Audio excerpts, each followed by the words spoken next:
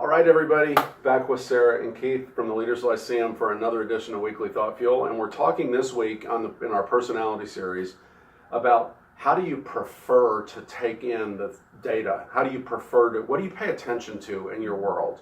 And before we even jump into this, Sara, you've got a really fun question that you ask people a lot. Can we start there? Yeah, so when people find out that I'm a psychologist, which I try to not let people know, they want me to analyze them, and I don't like to play that game. But I'll ask you the question that I ask them if I feel stuck, which is, how do you describe a light bulb?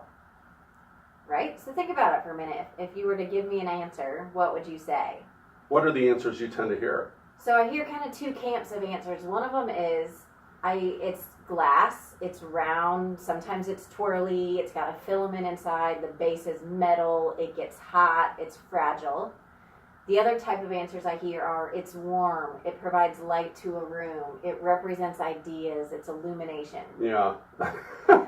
I love it. So those are kind of the So you got this really concrete answer on one hand and this kind of representative answer on the other hand. So when we talk about our preferences around how we take in data, there are two words that are used mostly. One is sensing and one is intuition.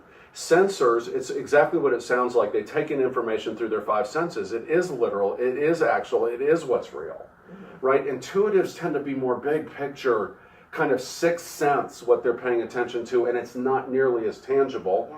And then there's also an awareness, and the ideas, it represents ideas, is actually a possibility in a light bulb. And so a lot of times intuitives, kind of it's all about possibilities and what could be next. Mm-hmm. And this is another one of the factors that Keith and I are different on. He is an intuitive, and so he lives in this world of all things that are possible. And when we're faced with a new opportunity, a new challenge, he's really good at saying, here's all these different things we can do to meet that need in a way that's beyond what I can even see, because it's not real. Do you know, there's a downside to it though, and the downside is actually that sometimes you can be so ahead in the clouds all the time that you're not really getting some of the tangible things done that you need to get done, and maybe even not even noticing some of the problems within. Yeah. You know, to turn the tables a little bit, one of the things that I love about what you bring to the table is your ability to see the details. Not only is Sara Musgrove the best proofreader you've ever seen on video, but she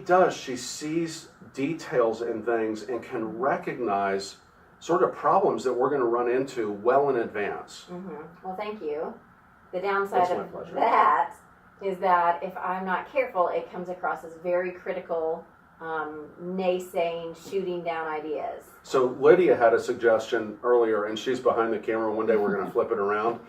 You know, what would happen if this week what you did is recognize this difference in someone else, and instead of being irritated by it, actually appreciated it, and maybe if you could even leverage it. See what you can do with that. Yeah, go find someone who's different than you and see if together you can be better than either of you are independently. Oh, that's nice. I love that. See you next week.